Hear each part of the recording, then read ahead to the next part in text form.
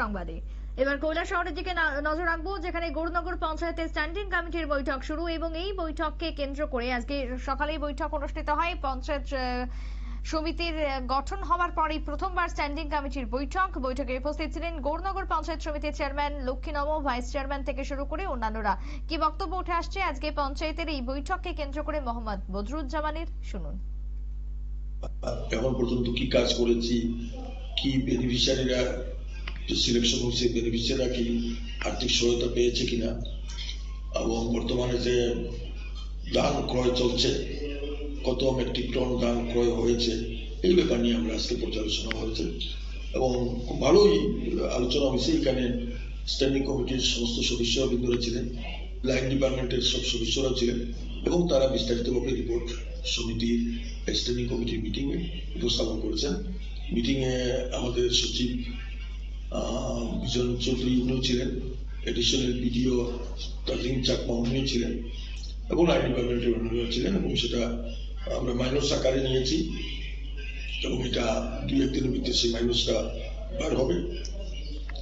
প্রায় 1700 ফ্যামিলি যারা বন্যায় ক্ষতিগ্রস্ত হয়েছিলেন, হাঁস গরু ছাগল বা গরু যারা মারা গেছে তাদেরকে আর্থিক সহায়তা করা, এটা ডিপার্টমেন্টের কাছে পাঠানো হয়েছে। ডিপার্টমেন্টের তরফ থেকে অর্থ আসলেই তাদেরকে পেমেন্ট করা হবে।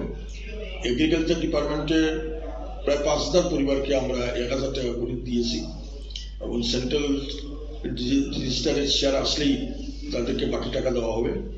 ফিশারি ডিপার্টমেন্টের আমরা প্রায় 100-150 পরিবারকে আমরা কাউকে 3400 টাকা, কাউকে 2500 টাকা করে আমরা দিতে পেরেছি। এখানে এসসি, এসটি, ওবিসি সব রেশিও মেনটেন করি এই টাকাটা প্রদান করা হয়েছে।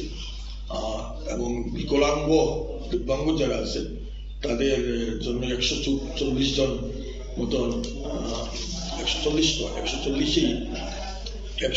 জনের মতন স্যাংশন হয়েছে, যারা মাসে 2000 টাকা করে পাবেন, যেটা সিডিউল সুপারভাইজারের তরফ থেকে রিপোর্ট পেয়েছি।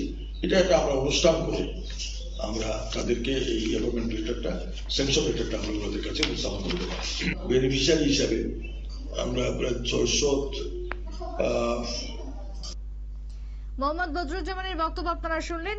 স্ট্যান্ডিং কমিটির বৈঠকের ব্যাপারে আজকে যা যা আলোচনা বা যা যা সিদ্ধান্ত হয় সবটাই আজকে তুলে ধরলেন মোহাম্মদ বদরুজ্জামান। ছোট বিরতির পর ফিরে আসবো, সঙ্গে থাকুন।